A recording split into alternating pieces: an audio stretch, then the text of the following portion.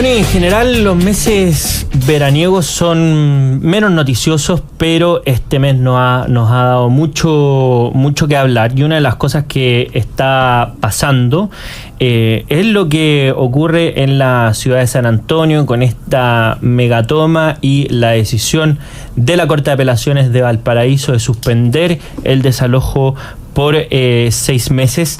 Queremos hablar no solamente de este caso en particular, sino que sobre la crisis habitacional que vive nuestro país, con Ricardo Abuaguad, decano del Campus Creativo de la Universidad Andrés Bello. Ricardo, bienvenido a esta edición de Llegó la Hora. Bienvenido, Ricardo. Muchas gracias a ambos, muchas gracias por invitarme también. Bueno, Ricardo, empecemos con el tema, vamos de lo general a lo particular. La crisis habitacional, la existencia de los campamentos. Hasta hace algún tiempo, hace ya una década prácticamente, nuestro país venía disminuyendo los campamentos, y hoy vemos que están en aumento, y no solamente eso, sino que se están produciendo situaciones como la que ocurre en la ciudad de San Antonio. ¿Cuál es el diagnóstico que tú harías? Porque pareciera que estamos de acuerdo en que hay una crisis habitacional, pero se dice poco sobre qué es lo que hay que hacer o dónde hay que poner el foco en esta materia. Mira, José Francisco, sí, efectivamente yo creo que nadie en este momento ni niega, ni aminora, ni deja de poner el foco en la crisis habitacional. La crisis habitacional es realmente una magnitud enorme, ¿cierto? De hecho, una buena parte de la gestión del Ministerio de Vivienda y Urbanismo durante este último gobierno ha estado centrada en el plan de emergencia habitacional, con todas las evaluaciones que uno puede hacer de lo que se haya hecho, pero ese es el tema probablemente central. Ahora, cuando uno dice crisis habitacional, en realidad está diciendo varias cosas debajo de ese gran paraguas, ¿no es cierto? En primer lugar, cuando uno dice crisis de emergencia habitacional, estás diciendo crisis de los sectores más vulnerables para acceder a una vivienda de la manera en que sí se pudo hacer en el pasado. Es una primera gran pata de la crisis habitacional. Pero también uno tendría que decir que hay una crisis de otros sectores, no necesariamente los más vulnerables, incluso llegando a la clase media y clase media profesional también, de el acceso a la vivienda con las herramientas y los recursos con los que siempre se contó en este país para acceder a vivienda. Estoy hablando de crédito hipotecario, por ejemplo. Hoy día unos jóvenes que están entrando al mercado laboral, incluso cuando piensa doble ingreso, etcétera, no tienen la posibilidad de acceder a una vivienda de la manera en que lo hicimos las personas que salíamos en esa misma circunstancia en el pasado. Eso es un hecho. Luego estás diciendo también que tienes una crisis de los campamentos, que es naturalmente el corolario de todo lo anterior. La crisis de los campamentos no es otra cosa que el único recurso posible que ciertos sectores ven privados del acceso a la vivienda, y que por lo tanto usurpan un terreno, se instalan en él, etcétera. Pero la crisis de los campamentos, a su vez, tiene una segunda derivada, que es la crisis del Estado de Derecho viviendo en esos campamentos, porque tenemos evidentemente una especie de sociedades, ¿no es cierto?, por llamarlo de alguna manera, carteles que los presionan, los obligan a determinadas cosas, etcétera, y por lo tanto vivir ahí está muy lejos de haber resuelto el problema. Y por último también hay una serie, uno podría enumerar 6 o 7 cosas más, ¿no es cierto? La crisis medioambiental que se produce viviendo en los campamentos, la crisis de seguridad producto de las emergencias que pueden ocurrir, ¿no es cierto? Remoción de suelo, inundaciones, incendios, etcétera. O sea, la verdad, cuando tú dices estamos en una crisis de vivienda, no solamente mi respuesta es sí, sino que además hay que entender la cantidad de subcrisis que hay detrás de esa, todas ellas graves. Así es. Bueno, Ricardo, diste varias explicaciones a las cuales nos llevan a esta crisis de vivienda actual, que tienen que ver desde acceso de punto de vista económico, tasas de interés, ingresos, hasta tal vez pueden haber incluso olas migratorias, cambios culturales y por supuesto también gestión gubernamental. Y en ese sentido te quería preguntar, ¿cuál es? Porque, claro, podemos hablar bien de la toma de San Antonio, que hoy día es la que está bajo el ojo del huracán en cuanto al desalojo, pero ¿cuáles son las que tú ves que son las más relevantes, y qué es el factor más importante que ha incidido en las que han sido más masivas, más poderosas, o que han perdido control en parte de las autoridades locales? Claro, mira, yo te diría que hay dos maneras de contestar tu pregunta, que es una pregunta central, ¿no es cierto? Si uno tuviera que poner el foco en algo, ese es el foco. Hay dos maneras de contestar tu pregunta. La primera, que tiene que ver con entender cómo son los campamentos hoy día, que son radicalmente distintos a lo que eran hace algunos años atrás. Y la segunda, que tiene que ver naturalmente con el nivel de riesgo de las personas que viven en campamentos. Déjame contestarte brevemente las dos, porque la verdad tenemos harta información sobre ese tema. Con respecto a entender cómo están compuestos los campamentos, hay un estudio de Techo y Déficit Cero, ¿no es cierto?, dos instituciones importantes que todos conocemos, etcétera. Un estudio que básicamente es un catastro de los campamentos actuales en Chile. Y la verdad dice una cosa que es bien sorprendente. Uno tiene una especie de visión homogénea. Vivir en campamento es una situación deplorable, ¿no es cierto?, las condiciones de vida, etcétera, pero en realidad hay distintas maneras de vivir en campamentos. Hay lo que podemos llamar los pequeños inactivos, el 27% del total, que son pequeños, antiguos, con 42 familias en promedio, pero en algunas regiones como el Maule son muy mayoritarios, etcétera. Después están los grandes migrantes, son populosos, casi 100 familias, mucho más nuevos, mucho más densos. La mayor de ellos son migrantes recientes, con un gran predominio de haitianos y venezolanos, por ejemplo.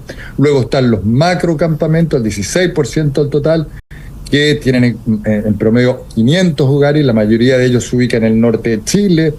Están los periféricos, están los estratégicos. O sea, para los que se interesen en saber qué es vivir en campamento, la primera cuestión que yo recomendaría es leer este estudio, porque básicamente describe que campamentos hay muchos, de muchos tipos, y aquellos que se parecen a los campamentos del mundo antiguo chileno se tratan de una manera, aquellos que se parecen a esta nueva oleada de campamentos más migrantes, más masivos, etcétera, se tratan de otro. Es un primer gran paraguas para contestar tu pregunta. Y el segundo gran paraguas es cómo es que se vive hoy día en un campamento, qué tan expuestos a riesgos están, ¿no es cierto?, qué tan grave es la situación que tenemos. Y ahí hay una cuestión fundamental. Hay varios estudios recientes que indican que un porcentaje elevadísimo de la población que vive actualmente en campamento está expuesto muy por encima de la población general a riesgos. ¿Y cuáles son estos riesgos?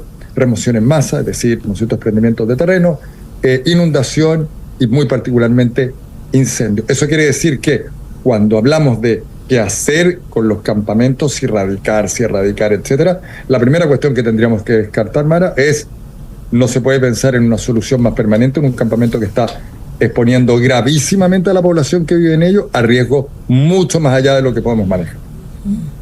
Bueno, estamos conversando con Ricardo Abuaguad, decano del Campus Creativo de la Universidad Andrés Bello, y ahí quería preguntarte, Ricardo, a propósito de cómo se empieza o cómo empezamos a abordar el tema de los campamentos, porque ahí tú dijiste varios elementos del déficit habitacional, cuáles son los niveles y cómo afecta transversalmente a la población y genera un problema como general, ¿verdad? Pero a propósito de los campamentos, hasta hace algún tiempo en nuestro país, respecto a algunos campamentos históricos, la solución era más bien radicar. Y hay ciertos lugares donde, no sé, en poblaciones en Chile que partieron como toma de algunos lugares, partieron como campamento, al principio eran viviendas de material liviano y progresivamente fueron transformándose.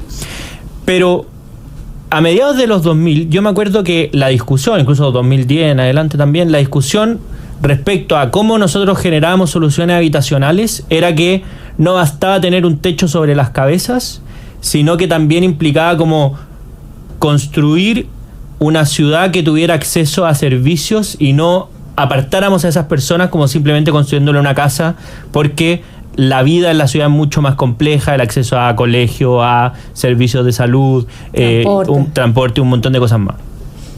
Dicho eso, hoy día pareciera que quizás tenemos que dar un paso atrás respecto a cómo enfrentamos el desafío de la crisis habitacional, sobre todo en estas situaciones que parecen como más de emergencia y que de alguna manera hay que resolver. Y por otro lado, cómo hacemos para que tomarse un lugar no sea una forma de fast track o de saltarse la fila de aquellas personas que también llevan muchos años esperando por su solución habitacional.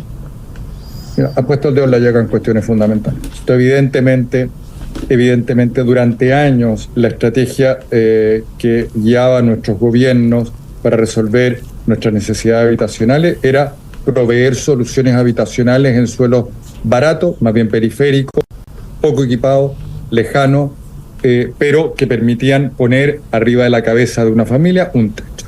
Eso fue extraordinariamente exitoso si se mide en términos de número. Extraordinariamente exitoso. O sea, tuvimos grandes éxitos en eso, mirado desde el extranjero, desde otros países latinoamericanos que nos miraban con bastante admiración en nuestra capacidad de resolver eso.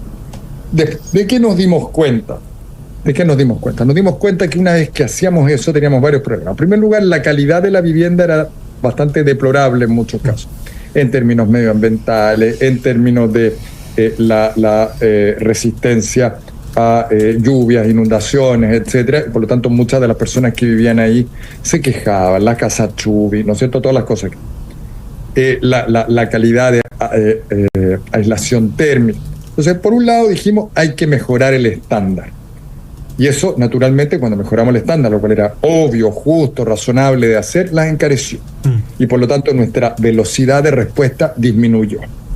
Eso es un hecho que es la consecuencia, porque resulta que las personas viviendo ahí, incluso cuando tenían ya un techo sobre sus cabezas, no accedían a fuentes de empleo, no accedían a equipamiento y servicios, los niños no tenían dónde jugar, las plazas prácticamente no existían, no eran inseguras, no había posibilidad de realizar deporte, etcétera. Entonces, también hubo una reflexión no solo sobre el qué estábamos, que estas unidades, ¿no es cierto?, permitan a sus habitantes acceder a los beneficios de una sola por público. Luego, por último, para completar un poco la respuesta a la pregunta que me haces, lo que termina ocurriendo es que nosotros tenemos un sistema para postular a la vivienda, con todas las cosas buenas y malas que tiene, que son varias bastante buenas en realidad, si uno lo compara a nivel latinoamericano. Ese sistema permite listas de espera, acceso a un subsidio, soluciones habitacionales de distintos tipos, también distintos tipos de subsidio y formas de ahorro, etc. ¿Qué es lo que termina ocurriendo con un caso como el de San Antonio? Termina ocurriendo que por su magnitud, por los efectos mediáticos, también probablemente por cuestiones ideológicas, ¿no es cierto?, y humanitarias, también hay que decir, ¿no es cierto?, el Estado, el Ministerio de Vivienda se siente en la obligación de resolver una situación de una manera distinta de la indicada por el fallo judicial que tenemos entre manos. Y eso uno podría entenderlo en cierta medida, porque evidentemente hay un drama humano, niños, embarazadas, ancianos, etc. Pero ¿cuál es el punto central acá? Esas personas que viven en el campamento San Antonio no son los únicos chilenos que requieren vivienda, no son los únicos chilenos que están viviendo un drama de vivienda, no son los únicos chilenos que merecen que el Estado vaya en su auxilio. Entonces, cuando resolvemos la cuestión rápidamente, nos saltamos las reglas, nos saltamos sobre todo la fila, en el fondo le estamos diciendo a todos los demás que ya la hicieron, que llevan años esperando, mire, a lo mejor, si usted hubiera partido por acá, su tema ya estaría resuelto y no tendría que haber hecho todo lo que hizo. Entonces, el mensaje que estamos mandando es muy malo porque quiebra el sistema.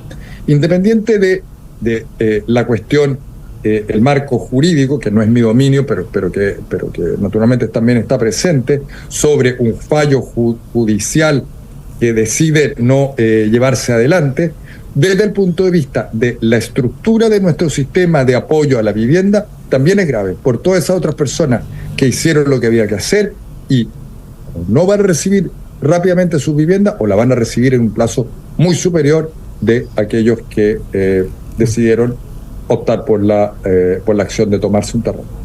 Y ahí, en esa misma línea, Ricardo, cuando nosotros vemos el sistema que tenemos para aprobar construcciones en las ciudades con las direcciones de obras municipales, el año pasado lo comentamos a propósito de un estudio que apareció de la Cámara Chilena de la Construcción respecto a cómo se demoraban los permisos en algunas comunas del país. Me ha llamado la atención, sí, claro, los permisos de edificación, me ha llamado la atención que en algunas comunas han puesto límites a la densificación en zonas que uno diría naturalmente deben ser densificadas. Por ejemplo, los lugares cercanos a estaciones de metro, ¿verdad? Maipú, por ejemplo, que dijo, mira, no vamos a tener edificios, creo que eran más de 20 metros, que eran como... ya no me acuerdo los pisos, así que no voy a mentir. Pero en el fondo, ¿cuál es la alternativa? Porque ponen el ejemplo de Estación Central, ¿verdad? Y dicen, mira, despectivamente llenaron de guetos verticales, ¿verdad? Pero claro... Y uno se pregunta, bueno, es que la alternativa también tener solo edificios de 20 metros en zonas donde necesitamos que más personas accedan a más servicios, en construcciones obviamente dignas, pareciera que no hay como un punto medio en esas dos realidades. ¿Cómo debería abordarse si es que finalmente hoy día en la práctica está dependiendo de la decisión de cada alcalde de turno, lo que evidentemente no permite una planificación más nacional para resolver un problema que es nacional y no solamente comunal? Mira, yo voy a contestarte bien directamente sobre este tema, porque yo creo que aquí hay una acción que puede parecer pro vecino, que puede parecer sustentable, etcétera, que es la de limitar la densificación, pero yo creo que en realidad es una acción súper populista, pensada mirando los réditos electorales, pero no pensada mirando el beneficio del total de una metrópolis que requiere que personas... gran cantidad de personas puedan acceder a una vivienda ahí donde el suelo del que estamos hablando es el mejor calificado pensado desde el punto de vista de acceso a bienes y servicios, cercanía con sistemas de transporte, etc. ¿Por qué se produce esto? Se produce por una razón muy clara, y es que los instrumentos de planificación, los planes reguladores, dependen más bien de las autoridades municipales. Eso quiere decir que no tenemos una autoridad metropolitana que diga, por ejemplo, cualquier terreno cercano, tantos metros a una red de transporte como metro o sistema de trenes o etcétera, debería permitir una densidad de tanto. Nosotros tenemos planes reguladores intercomunales, pero la verdad es que el plan regulador comunal tiene bastante autonomía con respecto a esto. Si lo que tuviéramos fuera un gobierno metropolitano, tú me vas a decir, pero si tenemos un gobernador metropolitano, sí, pero no tiene injerencia en esto. Si tuviéramos un gobierno metropolitano que dijera la ciudad debe permitir, grosso modo, que las personas accedan a vivienda en los lugares mejor calificados, cuestiones como este tipo de medidas unilaterales, particulares y pensadas a corto plazo no podrían ocurrir.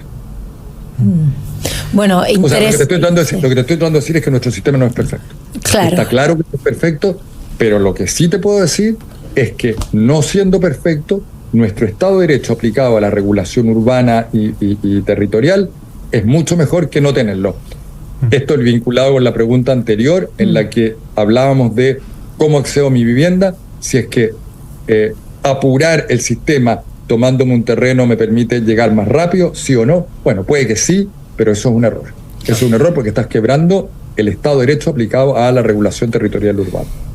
Sí, bueno, interesantísima conversación y un tema que da para mucho. Agradecer a Ricardo Aboabad, arquitecto decano del Campus Creativo de la Universidad Andrés Bello. Ricardo, muchas gracias por haber estado con nosotros y aclarar un poco este tema que, es tan discutido, pero la verdad es que es muy necesario entender desde las bases cuáles son los ejes de esta crisis habitacional tan relevante en nuestro país. Muchísimas gracias a ustedes por darme este espacio para conversar este tema que es tan importante. Muchas gracias, Ricardo. Nosotros nos vamos a una breve pausa y ya volvemos con más. Llegó la hora en Radio Agricultura. Estás escuchando